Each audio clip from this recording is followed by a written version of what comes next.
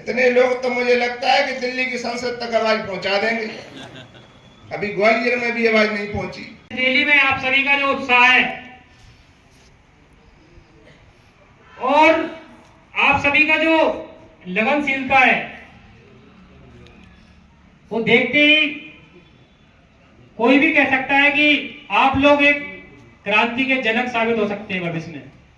और ये जो मानव अधिकार की क्रांति है ये आने वाले समय में ग्वालियर के चंबल संभाग के कोने कोने तक जाएगी और हर घर से मानव अधिकार में जागरूकता लाने में मानव अधिकार सामाजिक न्याय आयोग के कार्यकर्ताओं का, पदाधिकारियों का एक अतुल्य योगदान रहेगा।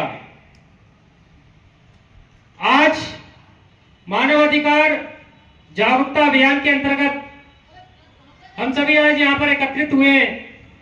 संख्या जो होती है जागरूक लोगों की हमेशा कमी होती है, क्रांतिकारी लोगों की हमेशा कमी होती है। जब जब क्रांतियां हुई हैं, जब जब क्रांति का आगाज हुआ है तो किसी एक व्यक्ति का 36 महीने का पेमेंट रुका था, लेकिन 36 घंटों के अंदर उसका 5.5 लाख रुपए का पेमेंट उसके अकाउंट में आ गया। ऐसे ऐसे मामले मानवाधिकार सामाजिक न्याय आयोग हल कर रहा है निरंतर और विथ प्रूफ कर रहा है। हमारा जो मानवाधिकार सामाजिक न्याय आयोग की वेबसाइट है, हमारा जो चैनल है, उसमें प्रधानमंत्री कार्यालय के लेटर बकायदा डले होते हैं। उनकी पूरी रिपोर्ट डली होती है कि किसने कब कंप्लेंट करी और कितने दिन में न्याय मिला, और उस व्यक्ति का स्टेटमेंट भी होता है। तो हमें कोई हवाई बात नहीं करते हैं। हमारे YouTube चैनल पे आप जाएंगे, मानव अधिकार की वेबसाइट पे जाएंगे, सब कुछ हमारे यहाँ पड़ा हुआ है। एक शहीद का भी मेरे पास ऐसे इस तरीके से केस आया था। मेरे पास अभी आर्मी के जवान बैठे हुए हैं, 2 कमांडो बैठे हुए हैं इटावा।